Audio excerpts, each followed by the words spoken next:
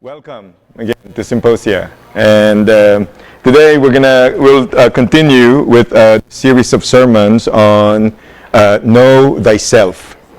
So I entitled the sermon for today, Ironies of a Blessed Life. Okay, so in the end, I want you to realize that somehow you are blessed.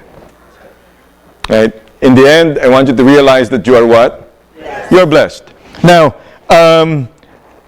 So let me briefly review the series here. So the beginning, I actually talked about you are God's masterpiece. And then I said that irrespective of your personalities, irrespective of your weaknesses, irrespective of your accomplishments, right, you are God's what? Masterpiece. Okay. That we are all called to do different things. Depending on what it is that we have, right? Our talents, our skills, right? You are what? God's masterpiece. Now, and then after that, we talked about the changing seasons of life. And we talked about that you cannot really say something about your identity without really looking at, the context that you have in your life, right? The stage in your life that you are in. Somehow, the stage in your life that you're in determines partly and in very significant ways who you are as a person. And God will use you irrespective of what? Who you are as a person. I think we discussed that here, right? So today we're going to talk about the ironies of a blessed life. One of the things that you have to realize about yourself as a follower of Christ is that you are blessed irrespective of what's happening to you. You are what? Blessed irrespective of what's happening to you. And I think that's probably the big idea that we have for today. Now, who wants to have a blessed life? All of us, right? Each of us wants a blessed life. But do we understand what it means to have a blessed life? Do we understand what it means to have what? A blessed life. For the most part, we have lots of misconceptions about what it means to have a blessed life. We have lots of what? Misconceptions. Our misconceptions are reflected in the expectations that we have that do not conform with realities.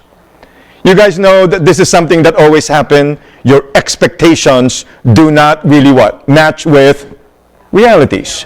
Okay? Now, have you seen those videos? I see this on Facebook where it says, expectation versus reality, right? so the expectation is always what? Much more ideal, right? But the reality is actually that's not really the case, okay? Now, so that's what we're going to actually talk about today. Partly, it has something to do with expectation versus what? Reality. Now, expectation versus reality. Now, I used to expect that if one pursues higher education, he or she will surely become rich. I used to expect that, right? But I now know that what turned out to be real are not necessarily what I expected. Now, I used to expect that if I play basketball every day, I would start playing like Michael Jordan. I thought that. Okay, that that if I just play every day, doing exactly the same thing, right, playing with people every day, that I would become like Michael Jordan. I now know that my expectation and what is real, right, do not match. Our expectation and what is real do not what? Usually do not match. Now, I used to expect that if I serve God, all my problems will be solved. I used to expect that. Now I know that my expectation does not really match what? Reality. Do you guys follow what I'm actually pointing out here? Okay. So let me define irony. Okay. Remember the title is what? Ironies of a Blessed Life. Now what do I mean by the word irony here? I got this from an online dictionary, and this is how at least I'm using it here. I was about to say this is how I'm using it here in class, but I forgot that I'm not in class. Okay, I'm in church. Okay, now so incongruity between what is expected to be and what actually is. Right? That's what we mean by irony. Right? Incongruity between what what is expected to be and what actually is. Okay? Now, what we expect to be is not necessarily what actually is. Let's face it. What life turns out to be is not necessarily what we expect it to be. Right? Now, some of our expectations are based on what we think God should be. Do you guys follow me here? Some of our expectations are based on what we think God what? Should be. But always remember that God does not need to be what we think God should be. Does that make sense when I said that?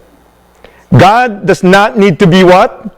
What we think God should be. You know, God's ways of dealing with humans are not limited or restricted by our expectations. Sometimes we put God in a box by actually by actually thinking that God will only move based on what our expectations are about how God should be. Now, God is not a slave of our expectations. God is not a slave of our what? Expectations. You know, our expectations are at times irrational. Sometimes our expectations are actually what? Immodest. And that's the reason why I don't expect God to actually what? To be confined, right, by the limits of our expectations. Now, God is not bound to conform to our expectations. You guys know that the Bible is full of insights that resist that idea that our expectations limit the scope of what God will do. The Bible is full of insights, right, that resist the idea that our expectations, right, limit the scope of what God will do. Our expectations does not what? Do not put limits on what God can what? Can do. Amen? Now, so let's look at the expectations and realities of a blessed life. Let's look at the next slide. So our expectation is this, right? We expect that there are no hardships or sufferings if one has a what? Blessed life. But the reality is that there are hardships and what? Sufferings, even if you have a blessed life. Now, we expect that if you have a blessed life, you will never make any mistake. Am I correct there? But actually, reality tells us that we do make what? Mistakes. Now, our expectation is that if you have a blessed life, then you should always be lucky. But we know that reality is that sometimes we are what? Unlucky. Right? We always think that somehow if you have a blessed life, you will always be what? Winning. But sometimes we what? We lose. Just like, you know, Brother Art, when he plays basketball, sometimes you lose. Right? Okay. How we want today, okay? Right? Now, so we have an expectation that if you have a blessed life, then there will be no failures. But we know reality, right? There will be what? Failures. Right? We always think that if we have a blessed life, we will always have money. Without realizing that sometimes we will actually not have what? Money. Right? But you can still be blessed. Do you guys follow what I'm actually trying to point out here? Yeah. That your blessing is not really determined by what's happening around you. Okay? That you can still have a blessed life, even if reality is somehow what? Not conforming to your expectations. Now, we always think that if you are actually blessed, right, then there's no such thing as we don't get in trouble, right? But you know, sometimes we are in trouble. That's what reality is, right? We always think that if we have a blessed life, there will be no illnesses. But guess what? When we look at reality, there are times when we are actually what? Ill. Okay? We think that there will be no problems, but actually reality tells us we will have problems, right? We always think that if we're blessed, we will always make wise decisions, but there are times when we make what? Unwise decisions, not just you, but including myself, right? We always think that if you are blessed, you will always be holy, but sometimes we are what? Sinful, all of us, including me, right? We always think that if you have a blessed life, you will always be favored. But sometimes we realize, right, that we are actually what? Disfavored at times. That's just how it works, right? Sometimes we think that if we are blessed, we will have no worries. But reality tells us we will have worries. Don't let the negativities in life tell you, right, that you are not blessed. Having a blessed life transcends, right? It transcends, right, whatever it is that is actually happening to us. Now, so here are some of the misconceptions that we have about a blessed life. I looked at, I saw this on the internet. You guys know there's this Filipina actress named Kim Chiu. And in this video, they actually showed his big van.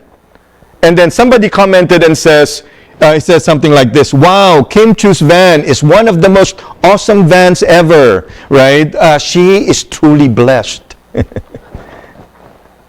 you guys follow the misconception here? Right? Does that make sense? Like, misconception number one is this: wealth is not a necessary part of a blessed life. Wealth is not part of what? And it's not a necessary part of a blessed life.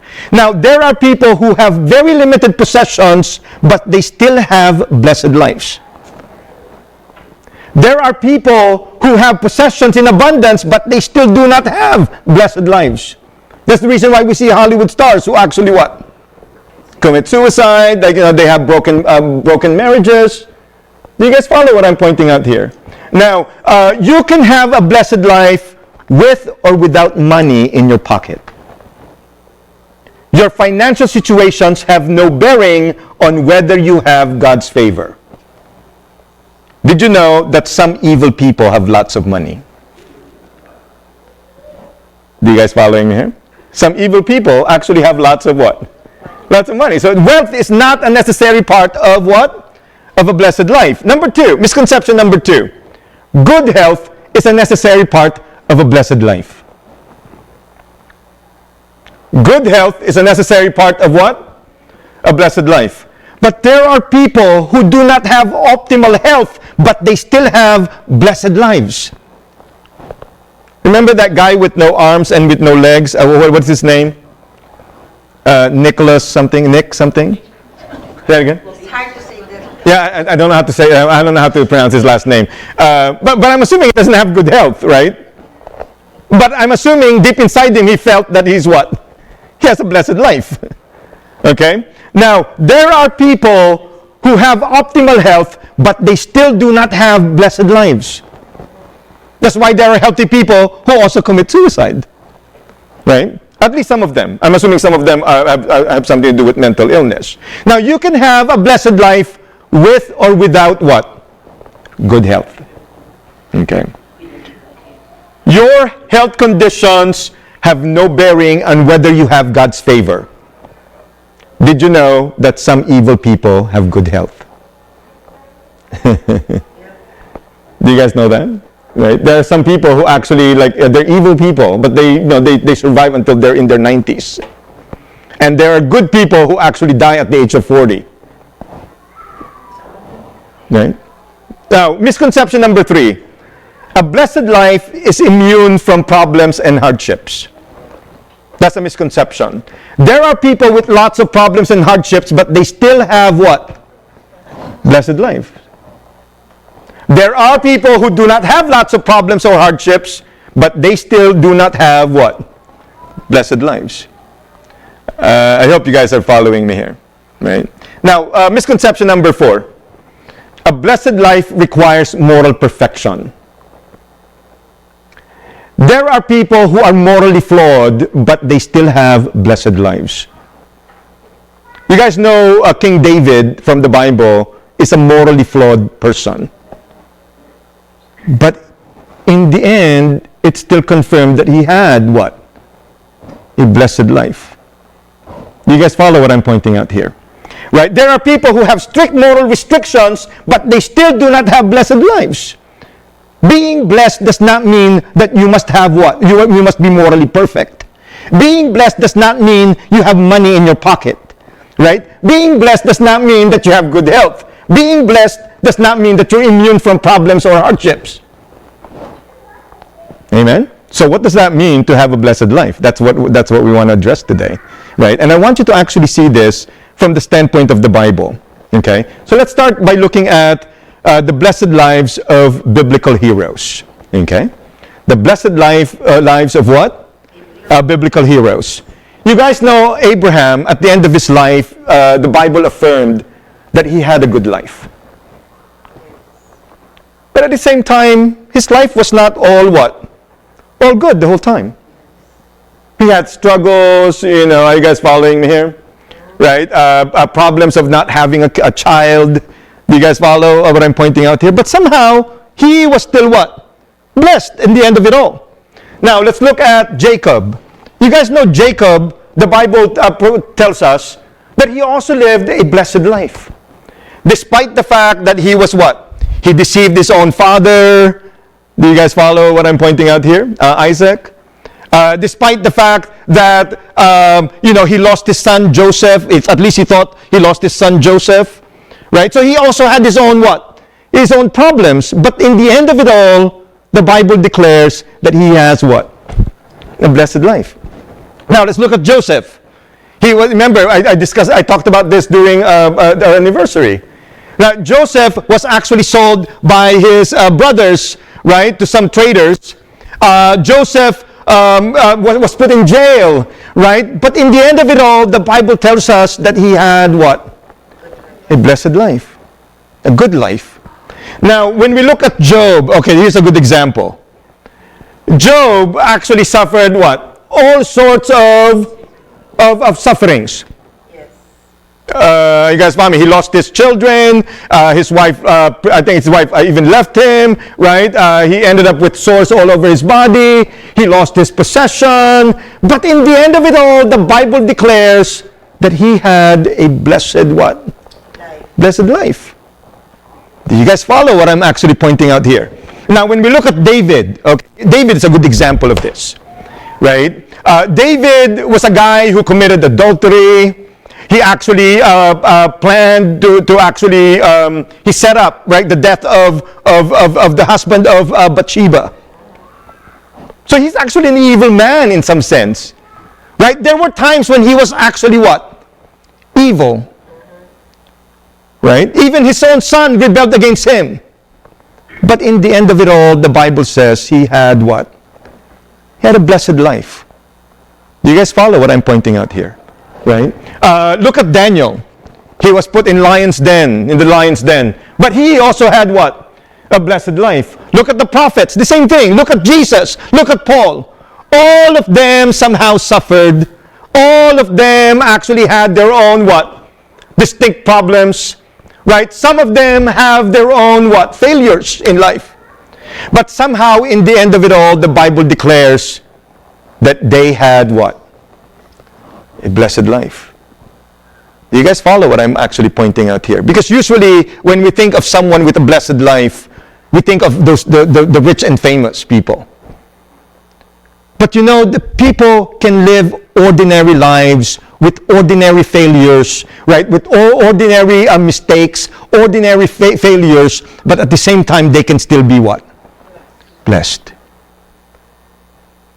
Do you guys follow what I'm pointing at here, right? Now, so let's look at Matthew 5, 1 to 11. And I think this will actually tell us something about what it really means to have a blessed life. Look at what Matthew 5, look at what Jesus said, okay? So when Jesus saw the crowds, he went up the mountain, and after he sat down, his disciples came to him, and then began to speak and taught them, saying, Blessed are the poor in spirit, for theirs is the kingdom of heaven. Blessed are those who mourn, for they will be comforted. Blessed are the meek, for they will inherit the earth. Right? Blessed are those who hunger and thirst for righteousness, for they will be filled. Blessed are the merciful, for they will receive mercy.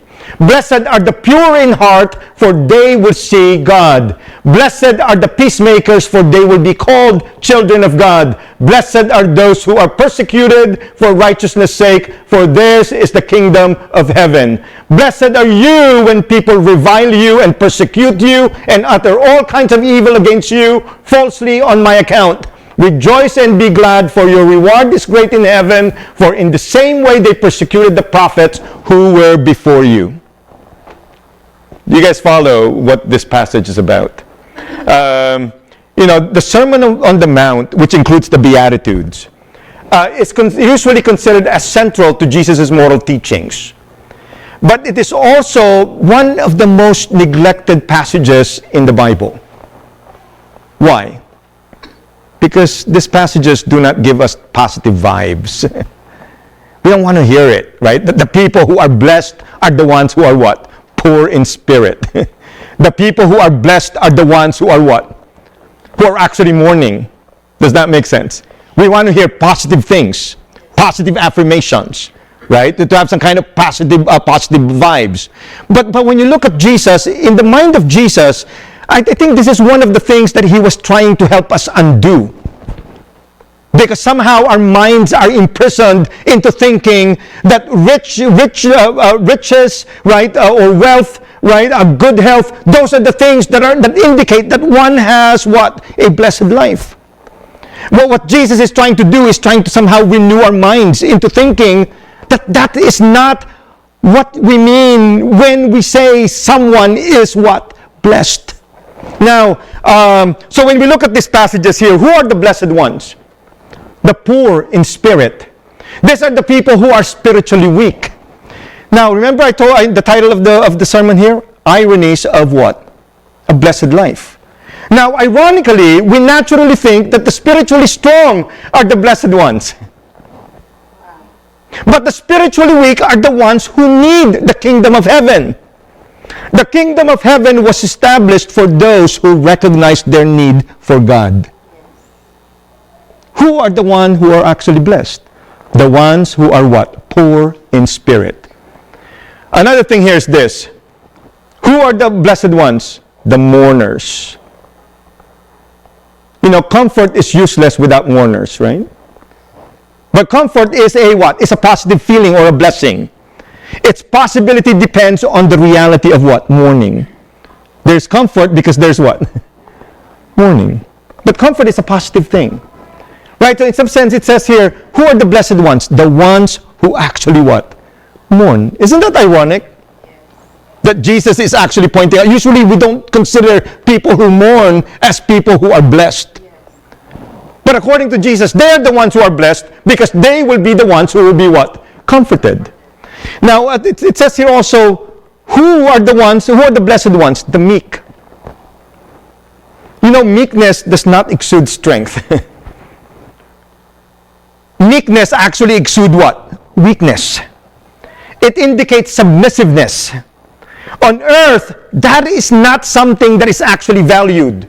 In a competitive world, the meek are the ones who get trampled on. So that's why we don't treat them as people who are what? Blessed. Okay? Ironically, we think that people who are cocky, people who are overconfident, people who are egocentric, people who are self-centered, people who are boastful, we think that they are the ones who will survive on earth. Right? But according to Jesus, the meek are the ones who will inherit what? The earth. Now, I want you to actually understand what Jesus is doing here. He's turning our value system what? Upside down. Are you guys following here? He's turning our value system what? Upside down. Right? Now, so who are the blessed ones? Those who hunger and thirst for righteousness. Ironically, some people think that those who are unrighteous are the lucky ones. Right? That's why for guys, when we see another person who's sleeping around with different girls, right, we probably say, wow, you're lucky. Are you guys following me? It looks like the more you are unrighteous, right, the more you are what? The more you are lucky. Does that make sense? Right? Now, but when you look at this, the pursuit of a righteous life is viewed by others as restrictive. It's unnecessary. But according to Jesus, those who hunger and thirst for righteousness are the ones who are what? Blessed. Now, another thing here is that the merciful. Say that with me. Merciful. Now, merciful simply means being kind to those who are undeserving of kindness. You guys following here? When you actually show kindness to people who do not even deserve it, that's what we call mercy. Okay? Ironically, we think that it is fortunate for a person to succeed in unkindly treating another person who deserves unkindness. You guys notice that when we watch a movie? I remember my mom when she used to watch Tagalog movies.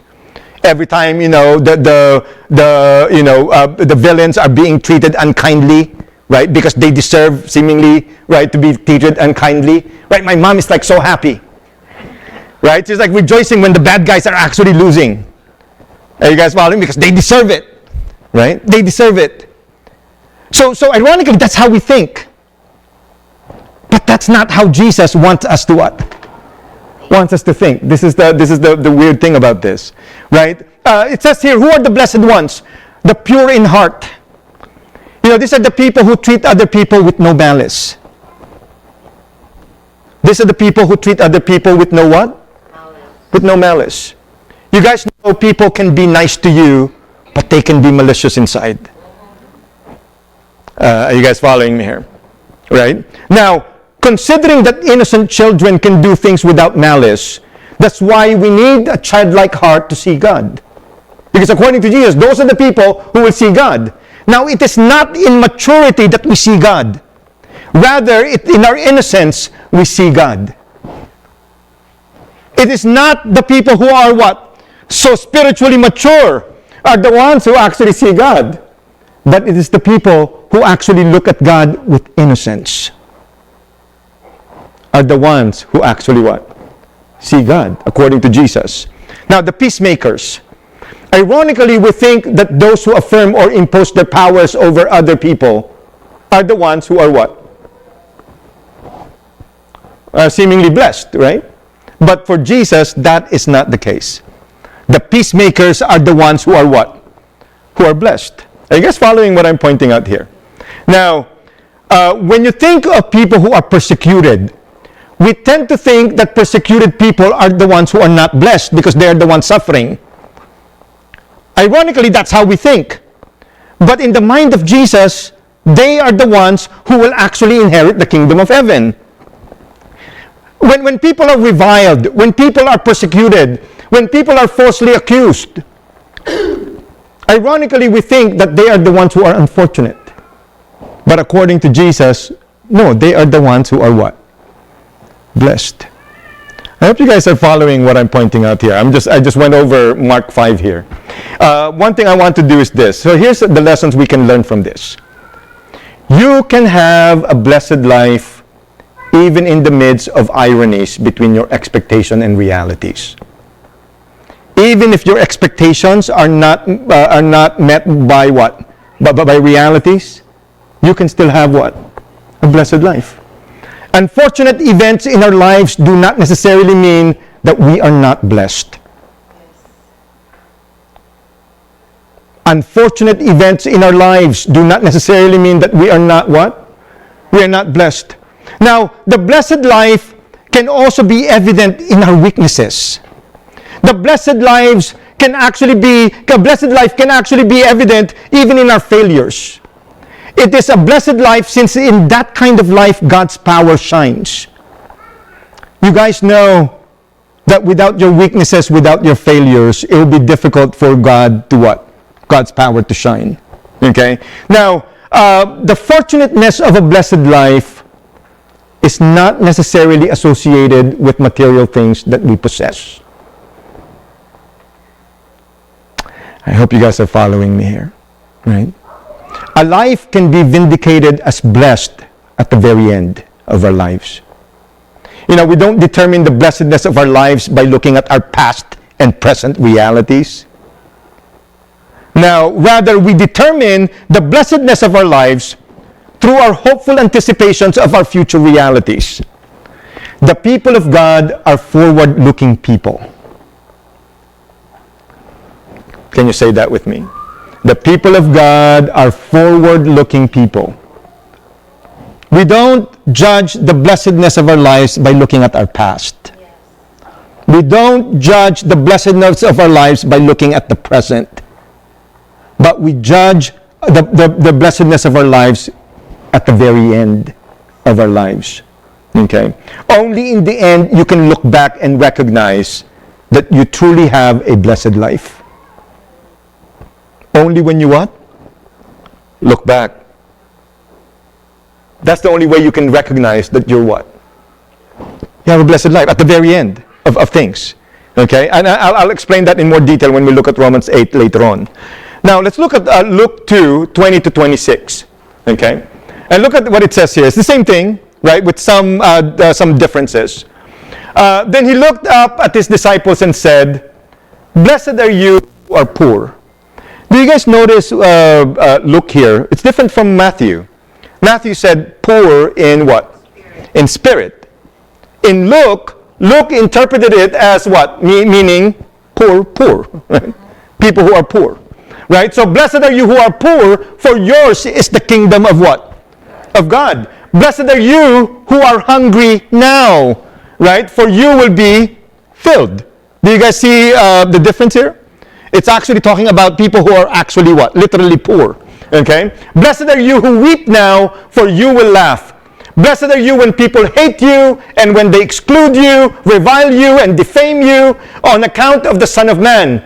Rejoice in that day and leap for joy, for surely your reward is great in heaven. For that is what their ancestors did to the prophets. But woe to you who are rich. Do you see the interpretation of Luke when he interpreted the Beatitudes? He was interpreting it differently. Right? He thought that this was some kind of a word against what? The rich. Okay? So it says, "But woe to you who are rich, for you have received your consolation. Now woe to you who are full now, for you will be hungry. Woe to you who are laughing now, for you will mourn and weep. Woe to you when all speak well of you, for that is what their ancestors did to the false prophets." Now, do you guys see how in Jesus' teaching, he turned our value system, right, upside down? We value the rich. We don't really like the poor. Are you guys following me here? But according to Jesus, you value the poor, right, and not the rich. Right? Blessed are you who are poor, because you will be the inheritors of God's kingdom. Blessed are you if you're hungry now, because you will be what? Filled. Blessed are you if you weep now, because you will laugh. Blessed are you when you're hated, excluded, right, reviled, or defamed. Now, do you guys follow what I'm pointing out here? Again, it's not that didn't come from me, right? That came from Jesus. This is Jesus' description of a blessed life. Now, lessons learned. Are you poor or in financial troubles? I don't want you to raise your hand, okay? Right? Now, even if you say yes, it doesn't mean that you are not blessed. You can still be having a blessed life. Now, did other people reject you? Who among you were never rejected in your life? Oh, there you go. Right? Jericho said we will see after the service. I'm just kidding. I'm just kidding. I'm just teasing. Now, did the other people reject you? Right? Even with looks like this, you will still be rejected, right? Now, so even if you say yes, it doesn't mean that you are not blessed. You can still be having a blessed life. Now, have you been unlucky lately? Have you been unlucky lately? Right? Even if you say yes, it doesn't mean that you are not blessed. You can still be having what? a blessed life. Why? Because it's not the wealth, it's not the fact that people accept you, it's not the fact that you are lucky that makes you what? Yes. Blessed. It has nothing to do with any of those things. If you really wanted to believe or embrace what Jesus teaches, or what Jesus taught, right? You will have to change, the way you actually look at things, the way you value things. Okay? Now, so let's look at Romans 8. What time is it now? Sorry if I'm... Okay. So let me just read a few verses here. Can I just actually look at Romans 8:28? So instead of reading the whole passage here, let's look at Romans 8:28. And this is probably the main point that I wanted to actually get across, right, with this message. Romans 8:28 said, "We know that all things work together for good for those who love God, who are called according to His" what? Purpose. Can you read that with me? We know that all things work together for good for those who love God, who are called according to His purpose. Now, and this is probably the main point of the sermon here. The blessedness of one's life should be looked at, or should be judged, by looking at its totality in the future. You wanted to know if your life is blessed? We will have to wait in the future and look at what? The totality of what? Your whole life. Right? Now, why am I saying this? Because if you look at the particularities of your life in the past and the present, then you might see moments of unblessedness. Let me say that again. If you look at the particularities of your life in the past or the present, you might see moments of what? Unblessedness. Does that make sense? Right? Now, the time when you were diagnosed with an illness. I remember the time when I was diagnosed with diabetes at the age of 30, right? I feel like, oh man, I can't eat a lot of stuff now, right? And I love to eat rice or something like that, right? Do you guys follow what I'm pointing out here? When you were diagnosed, you just feel like, everything seems to crumble, right? I remember when my daughter was diagnosed with her illness, that her brain stopped growing, right? Same thing, right? So you see those moments of seeming unblessedness, okay? The time when a loved one passed away, then you begin to think, oh, it looks like my life is not blessed, right? The time when you lost your job, you begin to think that your life is not what? Is not blessed. The time when you had a big fight with your spouse or your partner. Are you guys following me here? Who among you never had a fight with your spouse or partner? No, right? We all had fights, big fights, right, with our spouses. Now, the time when you cannot even buy a meal from a restaurant. How many of you had those moments in the past? Right? You wanted to eat something, but you just can't even buy anything, right, from a restaurant. Right? And then you feel, oh, I'm blessed. Okay? The time when you don't even know how you're going to pay the bills. We had those moments in our lives. The time when you got into a car accident. Right? I think many of us had those kind of experiences. Are you guys following me here? Now, when we actually look at those moments in our lives, we might begin to think that we are not what? We are not blessed. We might begin to think that. But a time will come when you can look back and see how in the totality of your life, everything worked out for your own good. When you're looking at this in a particular perspective, or the particularities of your life, what you might see is evil, right? What you might see is a curse. Is that clear? But probably when you look at the larger picture of things, that's probably not what you will see though. When you look at your life in its what? Totality. When you look at your life in its what? Totality. That is the time when you will see that you have a blessed life. That's what the Romans 8:28 is actually trying to tell us. Everything work out for the good of those who actually what? Love God. Okay? Right? Now, that will be the time when you will recognize that God's hands were guiding your life at every turn. Right? You see, here's what you will see. That God is like an artist. Creatively, right? Crafting your life in such a way that you see the complex design on the finished product. Sometimes it's hard to see the design when you're just still what? In the process. Do you guys follow what I'm saying? I was never an artist, right? But I'm assuming, right? For those of you who like to paint, right? It might not look like it's a good painting, right? In the beginning. Are you guys following me here? And if you stop there and say, here's how I'm going to view this painting, no, it's going to look ugly, right? But probably you have to look at it in its what? Totality. That's what God is actually asking us to do. At least this is what we see in the Bible. You look at your life in its what?